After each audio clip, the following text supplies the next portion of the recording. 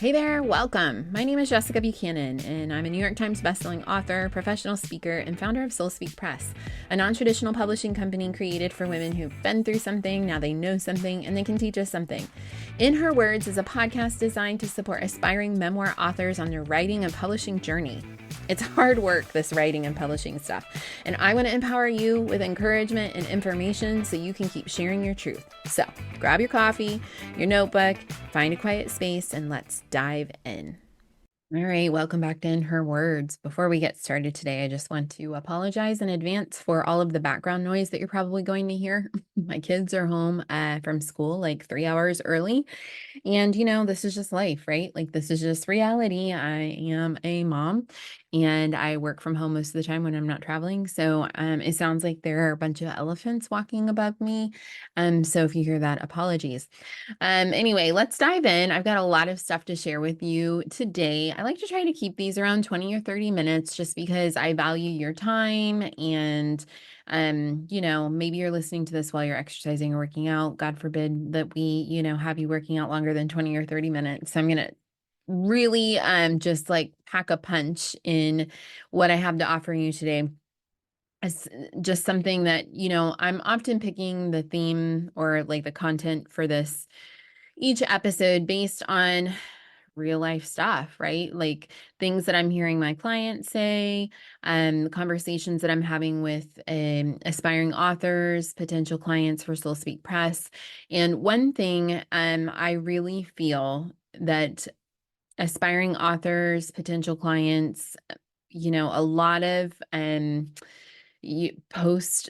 published authors don't understand is your author brand. And it kind of drives me insane because I'm really, really passionate about the idea and not just the idea, but the practice of author branding. We are in the process of rebranding Soul Speak Press, getting a new website, getting new branding photos, thinking about colors, thinking about how we want to change the look and the feel of the website for the customer and the user experience and what kind of feelings we want to evoke when a prospective author, somebody who's written a beautiful memoir, finds Soul Speak Press somehow and they come across our page. What do we want to communicate to them in terms of the offerings that we have cultivated, the different programming that we can offer, and just what it's like to work with me and Lauren and Ilsa and the rest of our team. So we've been really thinking long and hard about that, really looking at different genres of business, if you will, looking at retailers, different aesthetics, and really focused on elevating that experience for our potential clients. And so it's not just about your website. It's not just about, oh, somebody dropped something. It's not just about your website colors or your business cards or the beautifully curated look of your social media profile. It is also about how you're messaging, what you're messaging, um, in addition to the story that you tell. Okay. So for those of you who are new to this idea of author branding and you're like, oh, holy shit, Jess, I just want to write a book. I'm going to say, that's awesome. Congratulations. Good for you. However, it takes a lot of time. It takes a lot of emotion. It takes a lot of financial resources to publish a book, whether you're self-publishing, whether you're hybrid publishing, you're non-traditional publishing, or you're putting yourself through the rat race of formulating and creating a book proposal and going the traditional route. Okay. It is a journey like no other, no matter which path you're going to take. So I'm always going to be transparent. And I'm always going to be a straight shooter with you because I want you to be successful. I want you to know what you're getting yourself into. And I don't want you to be disappointed or feel disheartened or feel like somebody sold you a rainbow and there was no pot of gold at the end. Here's the deal. There isn't a pot of gold at the end of the rainbow. You kind of have to go out and find it yourself. And what I always tell, whether I'm working with anthology clients or I'm working with lead authors for their memoir manifestos, is that this is a woo meets the work kind of business, right? I'm a big, huge woo-woo spiritual person, but I'm also going to work my ass off for you and for me. And here's the deal, like, once you get the book written and you put it out into the world, your job is not done here. You have to get out and sell it. Now, if you don't care about book sales and you don't care about the fact that you've just spent the last 3 years of your life creating this beautiful story that you felt like needed to be birthed into the world, and you don't care that no one reads it, no one knows about it, then that's one thing. But I'm pretty sure that you're not listening to this podcast if that is who you are and that you don't care. I'm pretty sure you care. So, and you want your book to have a successful journey, right? I always liken it to like having a baby, like having kids, right? Like you birth them, you do everything you can to take care of them and to raise them up real good. But at the end of the day, they're going to have their own destiny, their own journey, and their own path. But it's up to you to lay the foundation to set things up. And so one of those fundamental pieces of you building your foundation is creating an author brand. Now, what do I mean by a brand? Okay, if we think about Cheetos or Doritos or McDonald's or Dr. Pepper, like they've all got a brand, right? They've all got their colors, they've got their logos, things that we recognize, music that we attribute, tastes, smells, vibrations, if you want to get into the woo of it, right? But think about, oh, there's an elephant. Think about yourself as an author in your story. Do you feel like you have established a brand in terms of your logo, your colors, your website, your fonts, your messaging, your theme? When somebody recognizes your name or picks up your book, do they know automatically? Do they get a sense of who you are, what you're about, and what they're going to get from your story? Okay. If you're like, I don't know, or you say no, then buckle up, Buttercup. Let's get started. Okay. So, the technical definition is for an author brand, it's your identity as a writer, okay? Your speaker, your storyteller, it's how your audience sees and perceives you. It's not just the tone of voice that you use or the voice that you're writing in. It's also the fonts you use on your website, what you say and how you say it in social media. It's the emotions you evoke in your reader. So, like, let's take somebody in the nonfiction space that is very well known, like Glennon Doyle, for instance, right? She has a very, very defined brand. For a long time, she was big in the mommy blog space, right? Like that's how she cut her teeth on I think the writing success that has been bestowed upon her. She's a great writer, but now, like, especially because of Untamed, she has definitely built her brand out from being like this mommy blog, right? Past being a divorced woman, past being queer. It's also about women's lib. It's about women's empowerment. It's about social justice. It's about equality. And so she's got several pillars to her author brand. But when you pick up one of Glennon Doyle's books, and again, this is like, she's quite the example to use for a memoir manifesto, but that's what she writes. That's essentially what she's all about. You know what you're going to get. I believe Untamed is her last book. I don't think she has another book coming out that is out, but we would expect that if she writes another book that it's going to be something along the lines of Untamed, right? So, and I just saw today a headline that she and her wife Abby and her sister Amanda, they are one of or like the three most influential podcasters in the world in 2024. So she's also created her author brand through podcasting, which I think is really fascinating and interesting. So oftentimes we confuse, I think, book positioning with author branding. Okay. And you've got to understand that you are different from your book, but you are also one and the same. Okay. And then you got to figure out how you're going to differentiate yourself from your book. And we're going to get into like, I've got some really actionable points for you and some things for you to think about, which I'm excited about because as a teacher, I love being able to give you guys concrete information because I feel like or actionable takeaways, because I feel a lot of times that this, especially this subject, like branding, can feel so, it feels kind of abstract. It feels kind of like out there in the ether, especially if you don't spend a lot of time on social media or you don't have a marketing background. You're a writer and you spend your time, writing about the things that have happened to you in your life. You're like, what? I like honed my craft as a memoir writer, and now I got to become a marketing exec and I've got to understand branding and social media. Well, yeah, you do. That unfortunately, yes, this is the world we live in, and this is what it takes to sell books. So like book positioning, it often gets confused with author branding, but they serve different purposes. Book positioning highlights why your book is ideal for readers, right? So let me see. I'm looking at my bookshelf here. I mean, that works really well for fiction, right? Or it works really well for self-help kind of stuff. Let's see, what do I have back here? Well, Manifest, I love this book. It's very simple. It's very beautiful. If you're watching YouTube, it's by Roxy Nafusi. And it's a very pretty like layout of a book.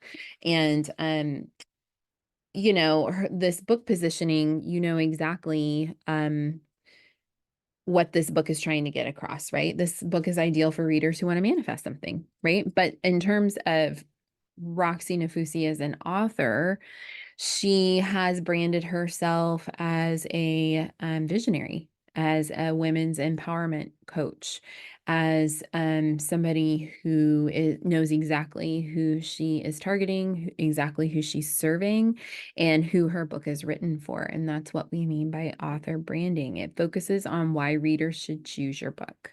Okay, so why are you an authority on this topic? Okay, if you're writing, here's a great example of one of our authors, Brenda Daly. Her book came out in July. I Got Up, A Mother's Story of Grief, Resilience, and Unending Love. She's done a great job. She's worked with a couple of recommended partners for Soul Speak Press in terms of setting up her author brand. And I'm going to have to send this to her since I'm shouting her out so much. And this isn't to say that our other authors haven't done a great job on this either. I'm just saying she's got a very obvious example. She's actually a grief counselor. She's a social worker, but her book is all about the grief journey of losing her son to a TBI and complications with a drug overdose. And she is an authority on this subject because she's lived it, but she's also an authority because she's got credibility as a grief counselor, right? And so when I pick up this book, I, read her bio on the back. She's a clinical social worker. She's become a grief specialist with certifications in grief therapy as meaning reconstruction and art assisted grief therapy, as well as being a grief educator. I know that this author has branded herself very well, in terms of the topic that she's writing about. Now, what am I saying that you need to like go get certifications and the content that you're writing about? No, not necessarily. But when I think about myself as an author and as a brand, it took me a really long time to figure out how to get away from book positioning with Impossible Odds, being Jess Buchanan, the girl that was kidnapped and held hostage in Somalia and rescued by SEAL Team 6, to Jess Buchanan, the entrepreneur who is really a speaker and a writer around women's empowerment, and the fact that my purpose in my life and in my work is to empower women to tell their stories. It took me a really long time to connect those two and define myself as an author brand. And I'll talk about that a little bit more. Your brand should give your readers a sense of your personality so that they can connect with you on a personal level. Again, that's going to come through in the tangibles, like through your website, through your social media.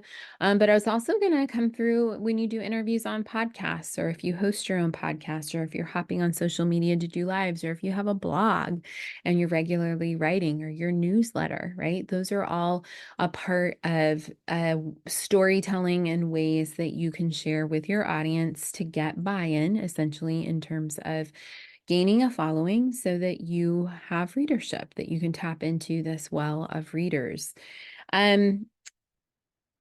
Why does building an author brand matter? Okay. I don't know. What do you say? I do know. I know what I think. I think building an author brand matters because it brings you to a place where your reader can connect with you, and it also allows them to trust you as that crucial component of being an expert in whatever it is you're writing about. You can be an expert because you lived it, but you also have to move into that space, which is why we focus on memoir manifestos, of being an expert because you have learned that lesson and you're ready to teach us. That is a huge part of your author brand. Okay, memoir writers write about what they know. They write about what they've experienced, but they have to, in order for at least to be published and work with us, they have to be able to share those outlines, those lessons of what they've learned, what they know now. They have to offer their reader an opportunity for transformation. And that is a really key component to building your author brand as far as I'm concerned. Your brand should communicate who you are, what you're about, so you can attract the right kind of readers. Okay, so do we want the wrong kind of readers reading our work? Maybe some of you think it doesn't matter, like a reader's a reader, but no, it's not. Readers and reviewers, they have a lot of power this day and age, especially when it comes to Amazon reviews, Goodreads. It comes down to, leaving a review on social media. They can make or break you. I don't know about you, but I read reviews all the time, especially when I'm buying clothes.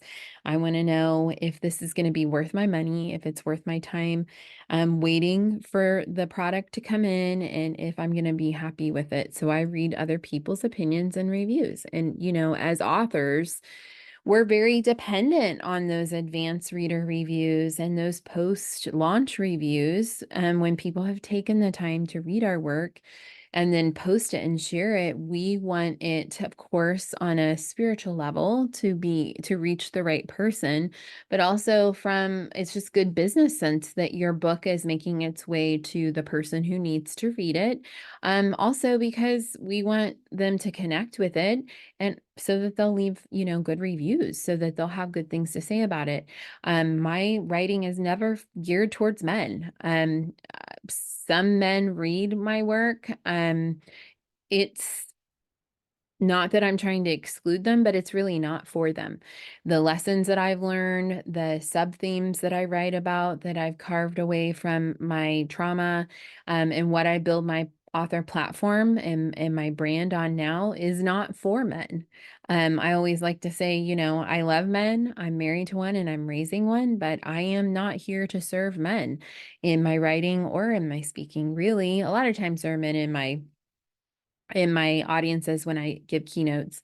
But my writing is really to empower women. And that is part of the author brand that I have carved out for myself. Okay, so how do we do this?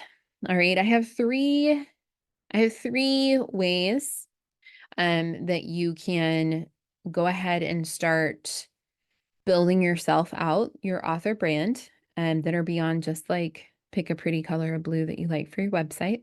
And then I have 6 questions to ask you. So 6 prompts that I'd love for you to sit down with your notebook or your journal and really answer honestly and very candidly, because this is just for you.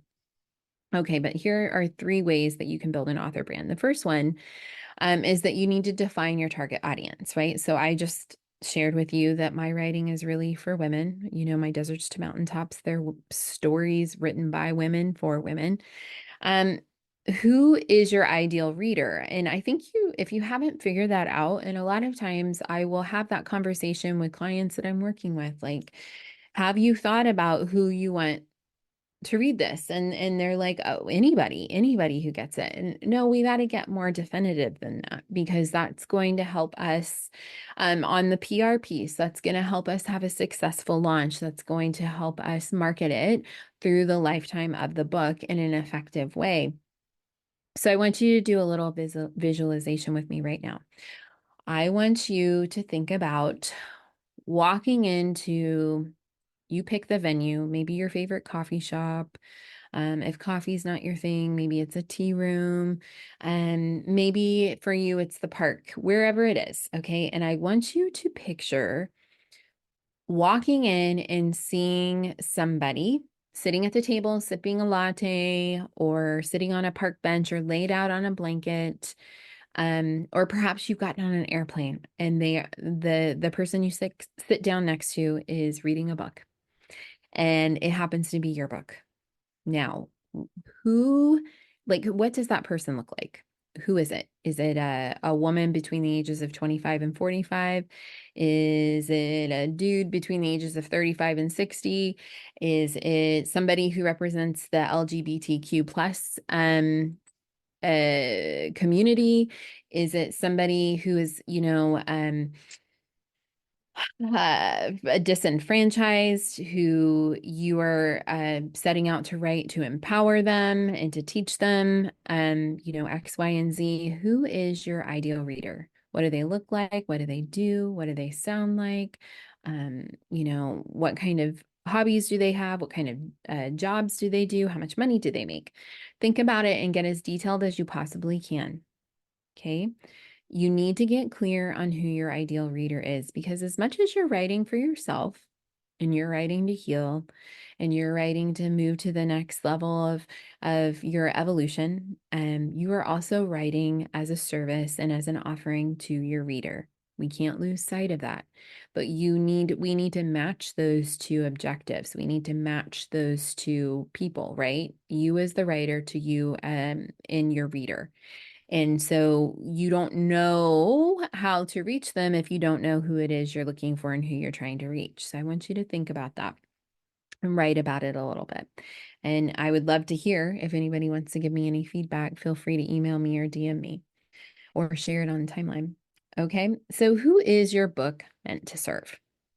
Right. And I really do. I think about this and we talk about this all the time. I was telling somebody this story last week, and I think it was an exploratory call with a prospective author. There's a book called The Soul of Money by Lynn Twist. And we can link that in the show notes. And it has nothing to do, well, it's kind of a memoir manifesto, but not really. She has just such a refreshing perspective on money in terms of just enough, right? But she tells this really beautiful story. Has done all this work in her life in the fundraising environment, or business, essentially, industry. And she's been in really interesting situations where she met Mother Teresa, and all these really cool opportunities, and just these cool people that she's met. And she was talking about being at a UN Women's Summit, like in Geneva. And this was like, many years ago, probably like in the 90s. And she was telling, they had this branch, like this breakout session, and all of these women from all over the world came together to tell their stories. And one woman in particular really stuck with me. She like I don't know, like 80 to 90% of her body was burned. It was crazy. Like her whole body had been burned from, like, I think one of those revenge sort of situations. She was from like Afghanistan or something, and she had gotten herself there with some family members to tell her story and to, plea for help and support for the women of Afghanistan. And 2 weeks later, she died. Because it might not even, I think it was like a week later, she died from her injuries. But she put everything she had into getting there to share her story, to tell her story. And the author of the book, Lynn, calls that turning horror into contribution. And that stuck with me, not because I've been in such dire circumstances as that, but that is essentially what we do. The stories that we work with are really hard. Every woman I work with has been through something horrific, and she has survived and gotten to the other side and learned some lessons along the way that she wants to share with the reader. And so this is a service. This is an offering. It is a business. And I'm also, very open and upfront about that, and very business minded. But at the end of the day, this is a service. This is a contribution. This is an offering. So who is it that you're meant to serve? You need to get really specific so that you can get really clear on your messaging and on your branding. All right. The second thing, I would offer to you in terms of a tangible takeaway is to stand out. Okay. And maybe this feels a little bit more obscure and a little foo-foo, but let's think about it. Um, Everybody, like there's just so much information. There's so much information wafting around in our environment today that we have an attention span that is shorter than a goldfish's. I think our attention span is somewhere around 7 seconds. And boy, don't I feel it. Are you the kind of person? I stop and check my phone at stoplights. I'm embarrassed to admit that, but it's true. Not with my kids in the car, but when I'm by myself, because I'm addicted, right? I'm addicted to social media. I'm addicted to checking my email. I'm a small business owner. Um, so it's really hard to stand out and to differentiate yourself and your story and what you've learned as an author, but you've got to figure out a way to do that. There's just so much out there and so many people doing so much of the same stuff. How are you different? How is your story different? How are your lessons different? Um, that's often a challenge sometimes when we take on manuscripts with perhaps similar storylines because women have gone through something similar. Or let's say with our anthologies, think about you've got 22 women who have been through something. Now they know something and they want to teach us something. Many of them have been through something similar, but it's my job and their job to figure out what those sub themes are, that golden thread that we're going to weave through those takeaways. How are they going to stand out and differentiate from each story that's in this compilation? How are you going to differentiate your book? It's not just about the cover, but it's also about the summary and the byline and the title and just the whole theme of the book and the story. How are you going to differentiate your work from all the others? If you're struggling in trying to figure out how to do this, I have a couple of tangible suggestions for you. First of all, you could just cut to the chase and invest in a branding coach. Um, we do a little bit of that here in Soul Speak Press. But I myself have invested in consultations and strategy sessions to get clarity around my brand identity, as they would say. And that, can get quite expensive and is quite extensive. But I would say at the end of the day, it's really worth it because I know what my brand identity is now as an author and as a publisher. I know who I'm here to serve. I know the sort of stories that we're commissioning.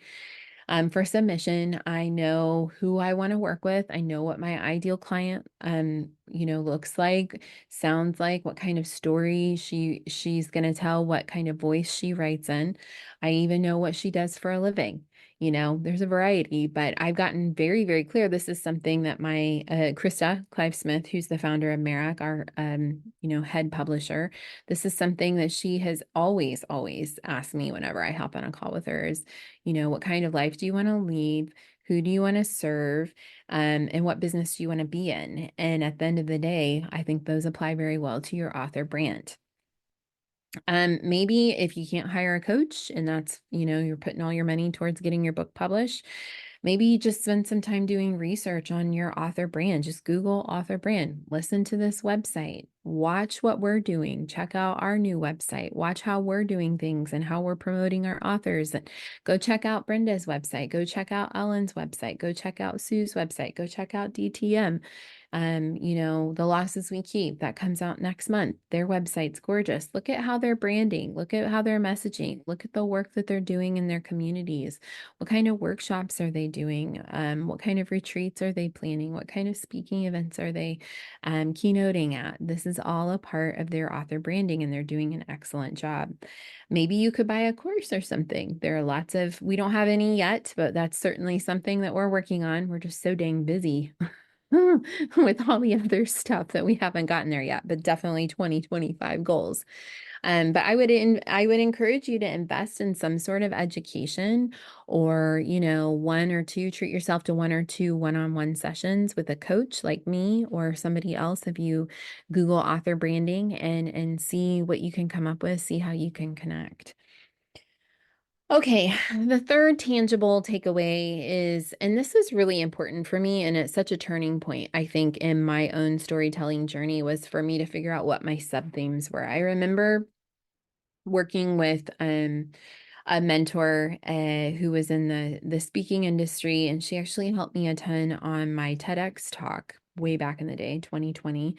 And like post TEDx, we sat down for a couple of sessions to help me figure out what my brand was, what my author brand was from a keynote perspective, because I had gotten to the point where, people didn't want to just hear the story anymore. They wanted to know what I learned and what lessons I could teach them, so to offer them some insights and some opportunity to be inspired and empowered and transformed. And so that was really hard, but it was such a great practice for me to sit down and figure out what some of my key takeaways were, what some of the sub themes were. And that's actually how Deserts to Mountaintops came to be. I've shared the story of how I started that as a second memoir, and that's what I was going to write and publish with my book contract that I had with a top 5 publishing house in New York, but they didn't want it. So that's, really how DTM was born. And I opened it up to this anthology experience and then Soul Speak Press. I I had to really figure out, which direction did I want to go? Did I want to go corporate and do executive leadership and find the leadership skills that were buried within my experience and my story of being held hostage? And I realized, no, that's not really my scene. I'm just not like an executive leadership corporate kind of person. I can definitely go in and give a keynote for them, but like as far as like spending time in that space and doing like coaching or stuff like that just like didn't feel resonant to me. It didn't feel aligned in what I wanted to do. I knew I wanted to work with women. And I know a lot of you come to me and you say, I want to empower women. I want to inspire women. I want them to know that they can do anything. I want to get them from being in a survival space to a thriving space. I hear this from you all a lot, but you've got to get really niche and you got to get really clear on what woman you want to serve, and then build your author brand from that. So for me, like the first Deserts to Mountaintops, really, it came about in me understanding that I had been stifling my voice. And that's how the kidnapping happened, was because I didn't speak up for myself and when I knew something was amiss, right? So I really used that as like a launching pad, a jumping off point for myself in terms of building that author platform, building that author brand, as becoming and really using that to build Soul Speak Press as a publishing company for women to tell their stories. Because I was able to connect that truth, of speaking up, telling my story, to the kidnapping. And so I was able to connect those two concepts, that story with that underlying truth, that golden thread. And that has become, I think, a big part of my author brand and as my publishing brand, is we're here to serve women who've got stories to tell and who are ready to speak their truth. And I hope, I'm doing a good job of that, and I've done a good job in that. When women find me, they know, like, between what I've shared on social media, whether it's just a post or a quote or a reel that has been made and that we've shared, you get that I am all about empowering women to speak their truth and to speak up and to share their stories. If I'm not, then let me know, because I'm doing something wrong and I'm going to need to tweak things. Okay, so I don't even know how long we've been going here, but I want to leave you with 6 questions, more journal time, more writing time, um, that I want you to really dive into and I want you to really consider and think about, okay? Okay, so the first one we've already asked you though, who do you want to serve with your story and your writing? Okay, that's the first question I want to ask you. And then 2, what can you offer your reader in terms of takeaways and lessons learned? What do you know that you can teach them? The third question is, what kind of readers do you want reading your books? This is kind of summarizing. Okay. Fourth question is, are your current efforts in social media otherwise bringing you your preferred readers?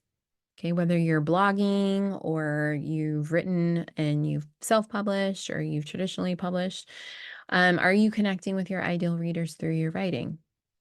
If not, you need to sit down and ask yourself why. Here's a good one.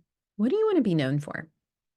All right. This is a question that I have written on my desk, and I keep it there as a reminder. I'm a projector on human design, if you're familiar with human design. And the core question that projectors need to keep in mind as they're moving about their work is, what do they want to be known for? All right. So I want to be known for empowering women to tell their stories and to speak their truth. And so that is really how I've tried to build my author brand through this publishing house and through the writing that I share. But if you were to be invited to speak on something, on a subject, what would that subject be? What would you want to go into a room of 250 people and speak about? What kind of people would you want in that room? What moves you? What is your purpose? What moves you to get up in the morning and to go throughout your day? What is it that you're writing about? Not just your story, but the lessons that you've learned, those purpose driven components of your memoir manifesto that you're hoping to use to connect with your reader. What are those? What are those things, and what would you talk about to a room full of people?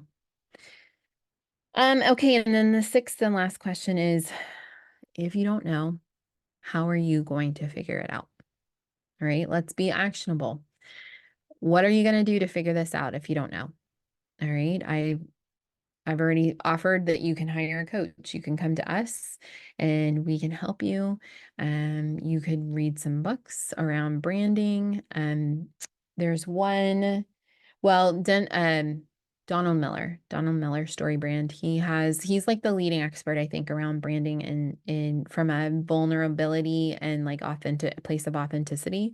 I would definitely highly recommend you get that book, Story Brand. I can't remember the tagline, and I don't have it in here. It's somewhere else, probably. I have lots and lots of bookshelves around my house.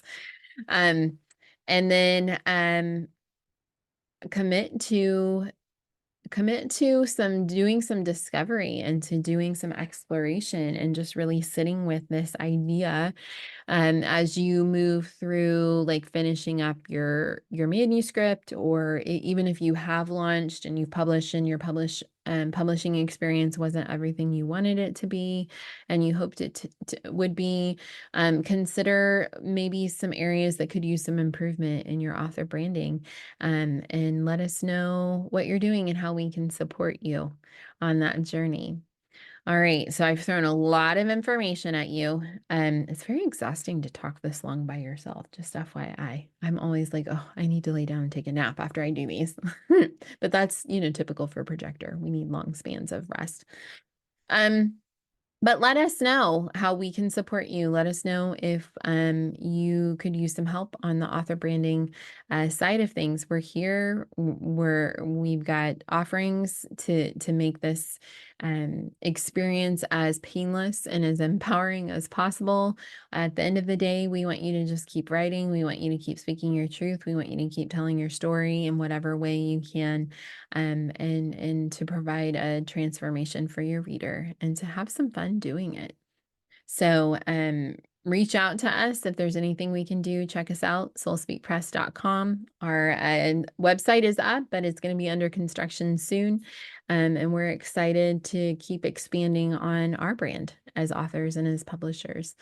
Thanks so much for listening, everybody. I will talk at you next week. In Her Words is hosted by me, Jessica Buchanan, and is produced by Soul Speak Press, a non-traditional publishing house for women who are ready to tell their story. If you would like to know more about our submission process, I encourage you to check us out at www.soulspeakpress.com or follow us over on Instagram at soulspeakpress. We appreciate all your questions, and if you would like to leave us a review, we would be so grateful.